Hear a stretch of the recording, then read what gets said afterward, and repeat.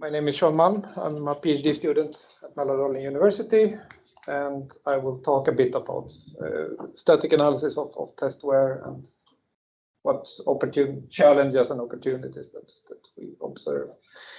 And this is based on work that was done together with Ericsson, particularly Sigrid Eld, as well as some members of Ericsson Hungary,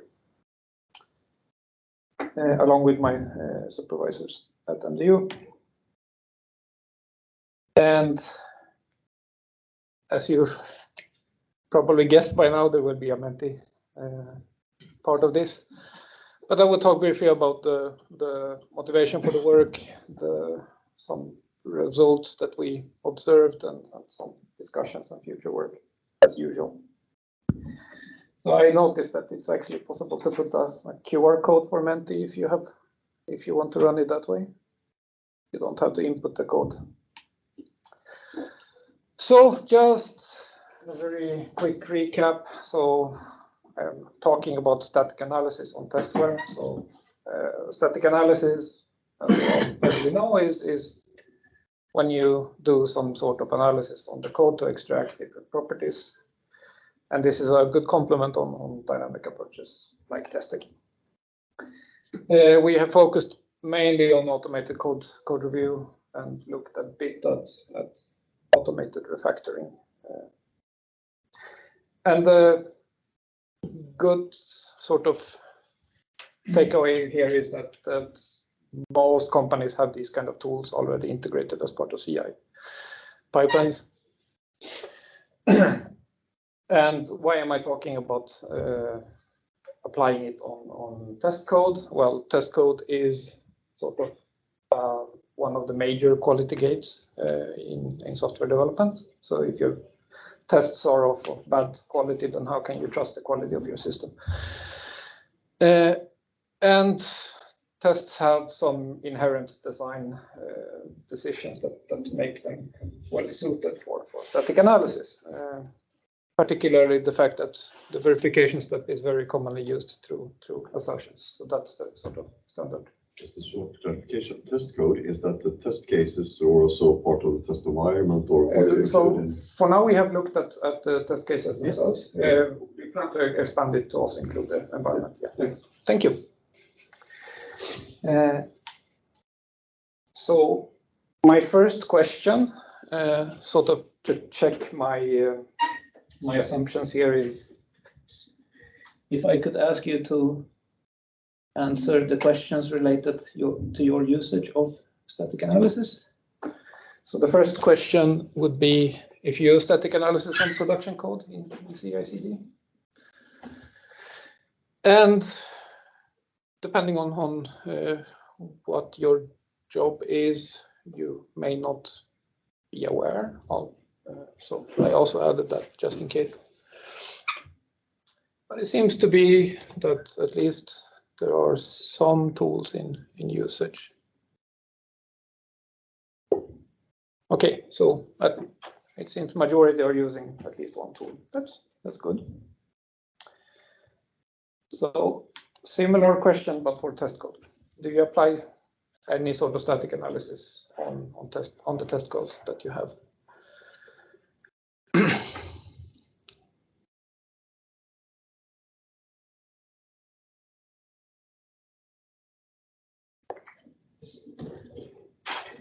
Yeah, okay, so it looks like it's similar to the experiences that we had.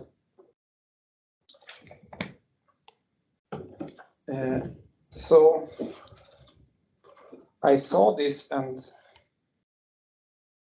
yeah, I can leave this question while I continue with the presentation. So we had similar observations. Usually the practices that we saw is that while you have this so-called general purpose, when I say general purpose, I mean that they are not specifically designed for test code. They are part of the CI pipeline. In certain cases, they represent a lot of development effort, either by the company themselves or through the fact that you pay licensing fees to use these. So you have them already in the pipeline. And then we are, of course, asking ourselves that, I mean, automated test scripts is also code. So would it not be appropriate to use these kind of tools?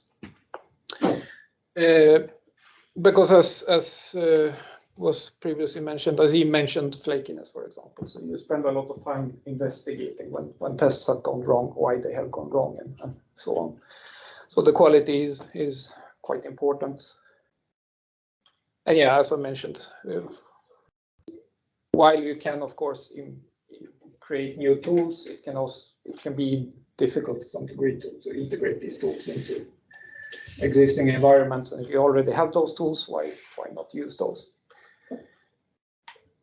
Yeah, so basically we want to move from this sort of situation where test code is sort of run to check stability, but it's not really analyzed, towards this, so that basically everything can go into the static analysis, and then you can get feedback back to the developer or tester, depending on, and thereby have a faster feedback loop. Yeah, okay, I will come back to that. So we did an evaluation on some open source static analysis tools, again, general purpose. Specifically Clang and CPP check. You can see the logos.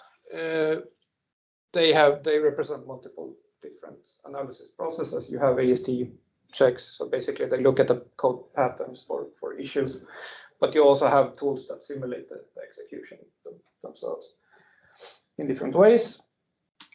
And our expectations, again, these are tools that are very well used in practice and trusted a great deal.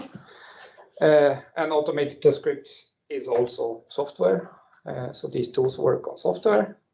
Tests are to some degree inherently suitable for analysis, again, because you have assertions in test code that will help these tools understand the code and also reduce the possible search space. So our initial expectation is that there is no real reason why they should not work well on test code. Of course, the reality was different. So this is how we did the evaluation. I ran it a bit on company data, but since I cannot talk much about that, the primary part was on open source C++ code in this case, and these 3 different tools. And then we did root cause analysis to some degree manually. So yeah, I had assumptions. They were quickly proven incorrect. So there are some quite interesting results here. I mentioned that assertions can be used to control the sort of behavior of static analyzers. That unfortunately requires the static analysis to understand what an assertion is, or what in your code is to be considered an assertion. So despite the fact that test code is full of assertions, there was a mismatch between the sort of understanding of the test framework compared to the static analyzer, which means that you had these sort of cases where the static analyzer would make a sort of negated assumption and then just continue. And then you have this false positive. In this case, it's a very high severity false positive, which is a problem, as in your pipeline, you typically have settings that say that we should not have high severity as part of the analysis, high severity results. And that in turn will then just cause more justification work to be done by developers.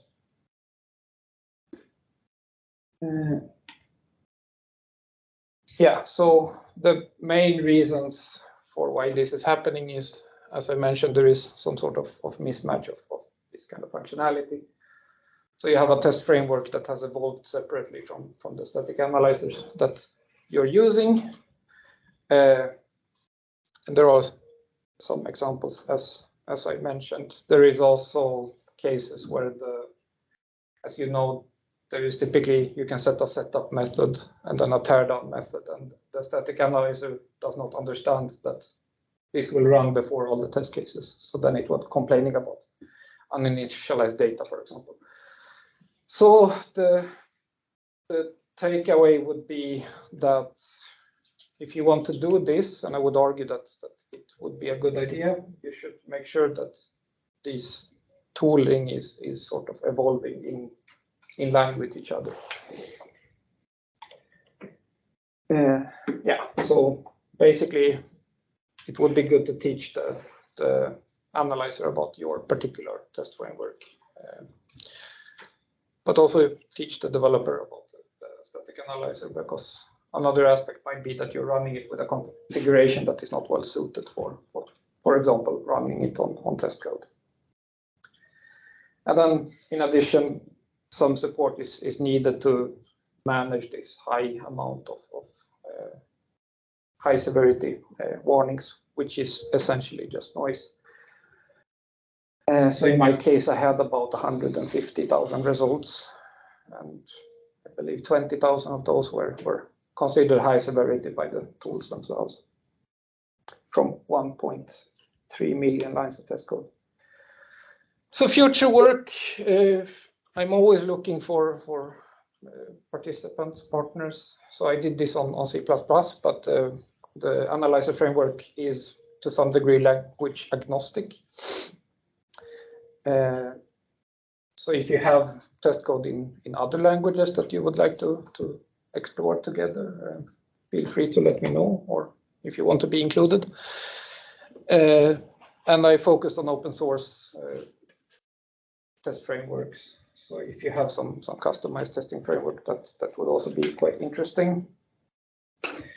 And another aspect would be, as Robert was talking about, inconsistencies. You may have inconsistencies in the sort of features between the testing framework and the analyzer, or the checks that the analyzer is providing. For example, there is a well-known test smell, as they are called, that states that you should not have more than one assertion in a test case, because if the test case then fails, it will be difficult to understand what has gone wrong.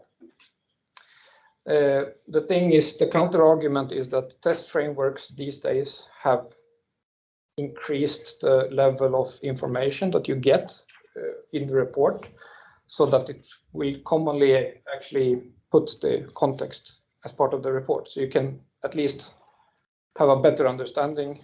For example, you get the failed assertion and maybe 5 lines before and after, which means that this check might no longer be necessary with these kind of frameworks. So that is an example of this kind of evolution that has grown apart.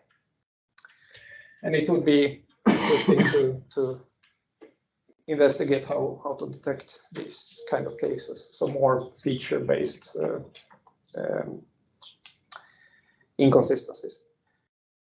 And then, as I mentioned, to some degree, there is also a lot of manual effort being spent here on reviewing these kind of issues, but also extending the features. So, of course, another aspect is that these are general purpose tools. They were not designed for test code. So for test code, we would need to add some features. So our plan is to look into what we can do when it comes to generating these sort of checks, at least in a semi-automated fashion, because the core analysis process is there. It just needs to be adapted, or basically you need to be able to inform your analyzer of these kind of features that are provided from the test framework. Yeah, so these are some examples. So we have some proposed solutions, but I think I will skip that. So this work was published in SCAA. If you're interested, you can come talk to me and I can provide the link.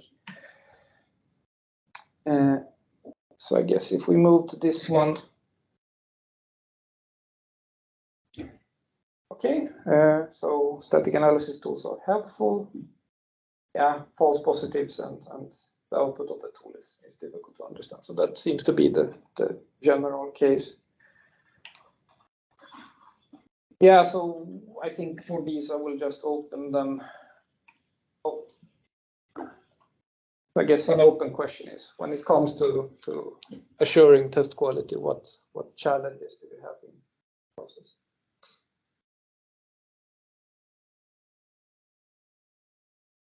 And would this be something that would be of interest to help these things? I hope that I have not messed something up. I was moving around.